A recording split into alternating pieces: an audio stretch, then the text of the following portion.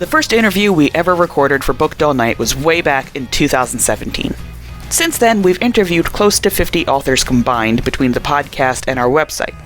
Unfortunately, during the Anchor FM Spotify merge, we had shut down the project and many episodes and interviews were lost. Through some extensive searching, I have managed to find roughly half of our interviews, and I'm in the process of uploading them again. We were still learning during these interviews, but I hope you enjoy the bad audio and awkward fangirling. Be warned though, the older episodes contain cursing, eating on mic, and loud pets. When you're done listening, please leave a 5-star review of the show, and then head over to the newer stuff, it's way better.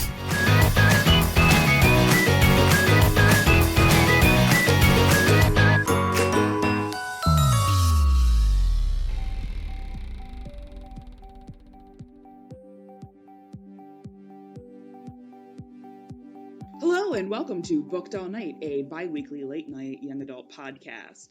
I am your host, Jessica Tuckerman. And I'm Magdalyn Ann. A few fair warnings include our fucking language, our fucking pets, and fucking spoilers. Yep. And joining us this evening is Chelsea Sedoti. Hello. Hello. Thanks for having me, guys. Well, thank you for joining us. On our little itty-bitty corner of the web. If you want to just give us a little pitch for As You Wish for people who might be unfamiliar with it. So my newest book, As You Wish, is set in a small town in the Mojave Desert where everyone gets to make a wish on their 18th birthday, which sometimes has very disastrous consequences. And the book follows a character who is a month away from making his wish, and he has absolutely no idea what to wish for. Mm-hmm. What were some of the disastrous wishes? Well, most relevant to his life is his parents, because of course they got wishes when they were 18, and his mom wished for his dad to fall in love with her. And so now they're trapped in this strange relationship where, because wishes always come true, his dad is obsessively in love with his mom, and his mom fell out of love with his dad a long time ago, but is sort of stuck with him because she feels obligated because it was her wish. Wow. I enjoy stories about like the magic of wishes and the semantics thereof. I don't know if anyone else is familiar with half magic. You've talked to me about that before, I think. It's a middle grade piece where the kids find half of a magic coin, and it only grants half of their wish. So if they wish for like a box of popcorn, it's only like half full. Or but the big wish they make is to be where their mom is, and they only get halfway there. So then they have to figure out how to get the rest of the way there without messing I up. love that concept. Yeah, Mm-hmm. and it was old when I read it when I was little, so it's probably like especially out of print now. But what was the inspiration for writing As You Wish? I was at work, and I worked a very boring job where we were doing tech work all day, and all the people in the room just sort of chatted, and we would always ask each other these what if questions. And someone asked a question, about what if wishing were real. And it was one of those things where, for whatever reason, I just spent the rest of the day thinking about it. And I was sitting there doing my work and kept thinking, well, what if wishing was real? Would it be everywhere, or would it be one town? Well, would there be rules to wishing? And over the course of the day, this idea slowly developed of this town where everyone got just one single wish. I like that. That's really interesting. So what was the first scene that you thought of when you were writing As You Wish, and how did you know it was a story worth pursuing? I never really know once I'm pretty far into a story whether it's something worth pursuing or not. It's one of those things where I've gotten into a book and gotten 30,000 words in and suddenly realized this isn't a book. I can't write this. It doesn't work. And so it's just kind of hit or miss. Right. The first thing that I developed was the idea of the town, really, which changed because originally I sort of had this sort of quaint town in the east with woods surrounding it, and eventually I ended up switching it to the desert which is where I'm from. Okay.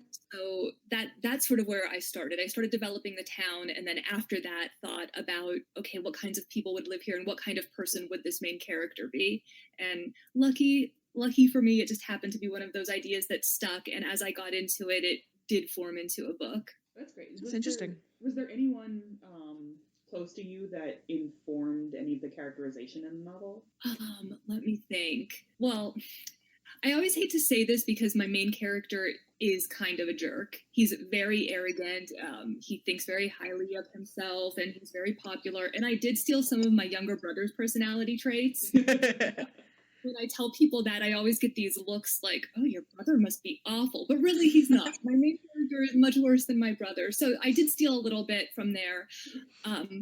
There's no one that's hugely based on anyone in real life, but I always pull little pieces of real experiences for characters. Mm-hmm. There was a time I was out in this little artsy hippie desert town and went into this gas station, and there was this just very strange hippie cool guy working there, and I did turn him into this character in the book that lives out in the desert and paints murals on rocks. So there are always little things like that.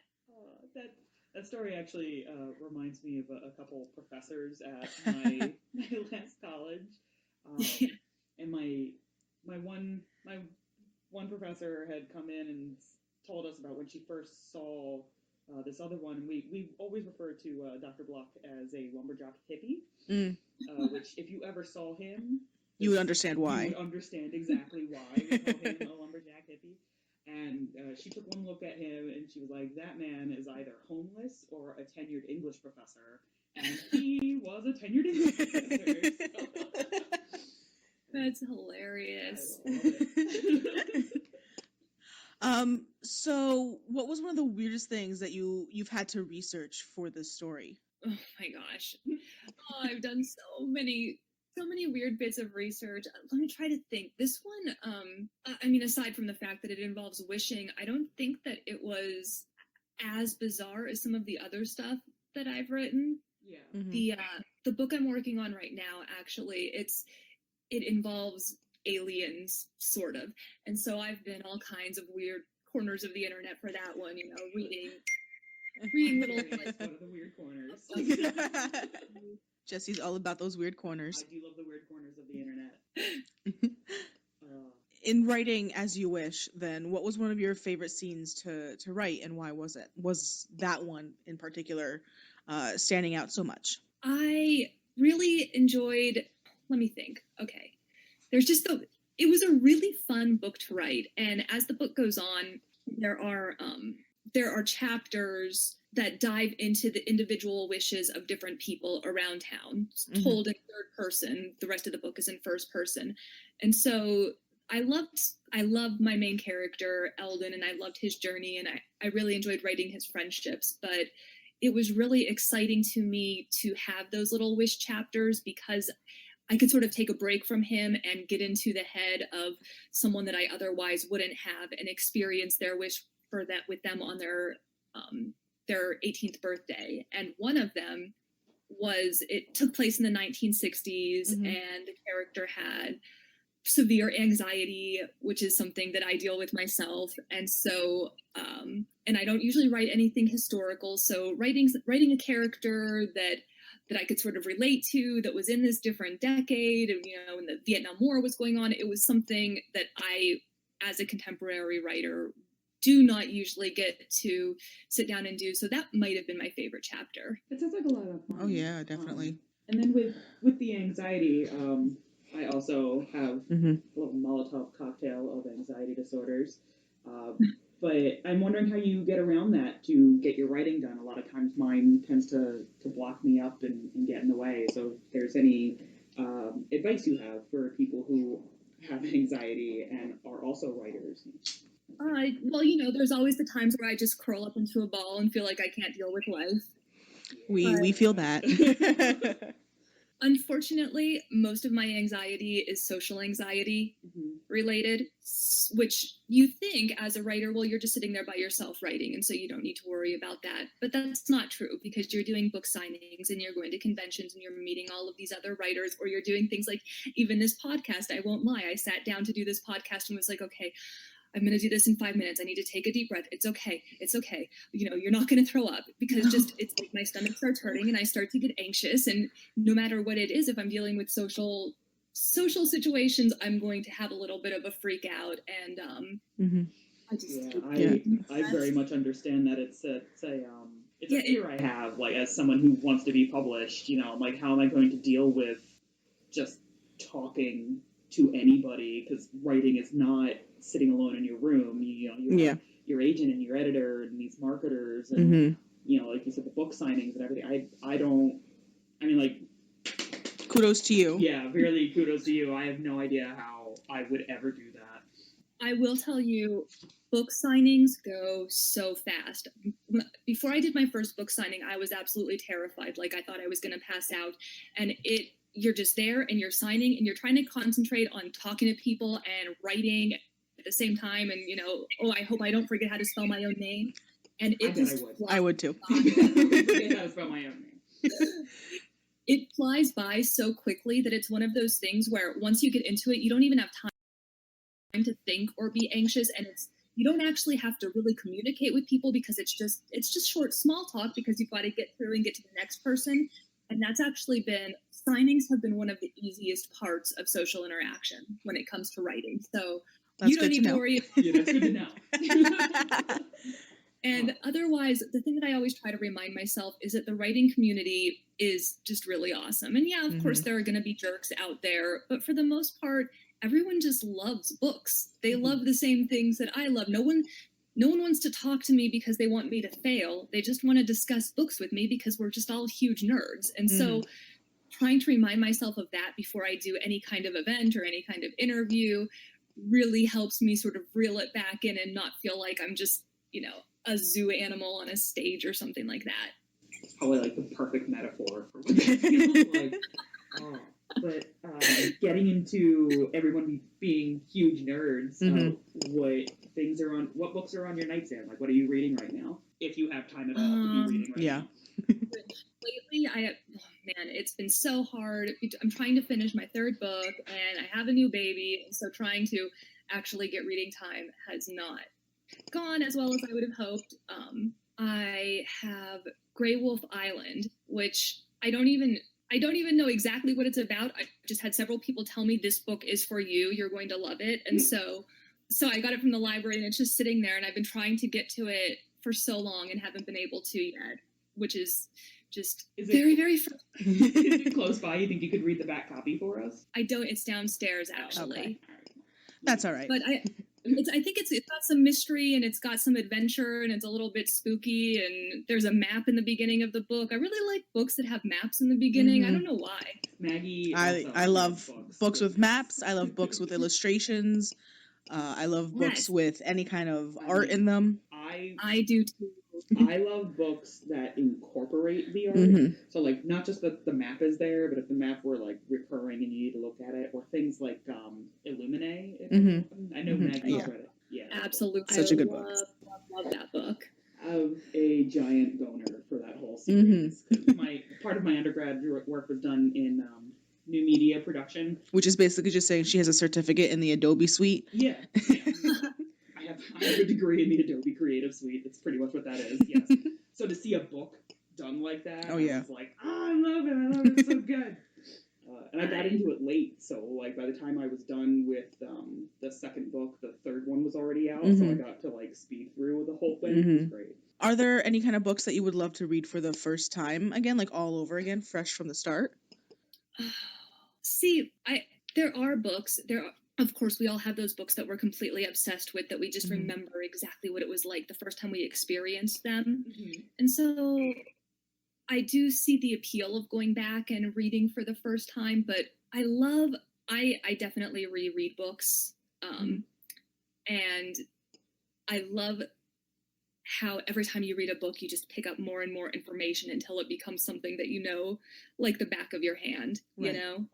I have a friend, Anna Pramaza, who wrote a book, Cat and Meg Conquer the World, which just came out this past November, which is, it's about these nerdy gamer girls who form this unlikely friendship. And I think I read the draft originally when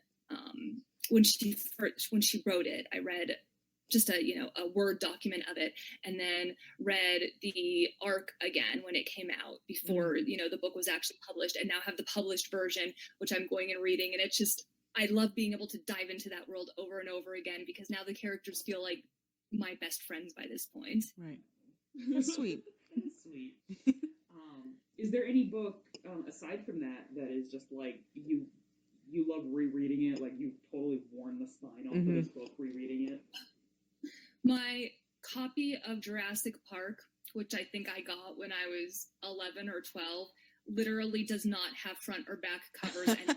Oh my god. Oh goodness. I love Jurassic Park. And in fact, I wanted to do another reread, and I was looking at this coverless book thinking, if I read this, it's just all of the pages are going to fall out, and I need to preserve this book, this copy. So I need to get another copy that can actually be my reading copy now, and this will be my sentimental childhood copy. I remember when Jurassic Park came out, because I had, the movie came out, and my grandmother was never really good at, like, this is a good thing for kids. So, like, she got me the book, and I had read through it, and we went to go see the movie. My grandmother literally ate her ticket. She sat there chewing on it. All the diners were like, oh my god, where's your ticket? She's like, hey. Oh my goodness. Said, like, 11-year-old Jessica. Honestly. So our final question for the night, are there any publishing professionals, whether that's your editor or a marketer, a designer, a publicist, even like someone who has influenced your writing life that you'd love to thank or, give a shout out to? Well, I have to give a shout out to my brilliant agent, Susie Townsend, who walks me through my anxiety attacks and has amazing advice and has great taste in books, I think, and answers my emails even when I'm emailing her at 11 o'clock at night over something completely ridiculous, and just absolutely amazing. And I am so grateful that I have her. That's wonderful. That is wonderful. Yeah, we met Susie once at one of a signing that we went to, and she's just been a wonderful person to be in contact with. So that's wonderful to hear. She says I'm still so mad. I have a wonderful story. This will have to be the last story. Okay. Story.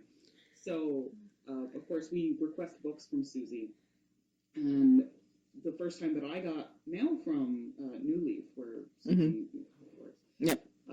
I had told Maggie, I was like, oh, I got this book in the mail because I asked Susie for it. She's like, Susie sends you books? Well, Susie sends me her Candy Crush requests. Oh my goodness. Yeah, it was so mad. Well, thank you so much for joining us tonight, Chelsea, and to our listeners out there, thank you so much for listening to our late night podcasts. We have been your hosts. I'm Magdalyn Ann. Jessica Tuckerman. As always, you can follow us on our social medias, either at JM Tuckerman or at Magdalyn Ann, or you can also follow the podcast directly at Booked Owl Night on Twitter. That's Booked OWL Night, because Jessica loves puns. You can also follow Chelsea at her various social media platforms if you wanted to plug those, Chelsea. I'm just Chelsea Sedoti on everything. I don't even... Okay, so if you can spell your name, you can find you. I haven't been using Twitter much lately, but you can find me on Instagram at Chelsea Sedoti. Alrighty. Chelsea Sedoti on Instagram. Yep. You can listen to this episode and other episodes of the Booked All Night podcast at bookedallnight.blog or wherever you get your podcast fix. If you're listening on iTunes or Google Play, please leave a review so we know what you think of the show. Thank you so much for listening, my little wish makers, and have a good night. Good night. Night.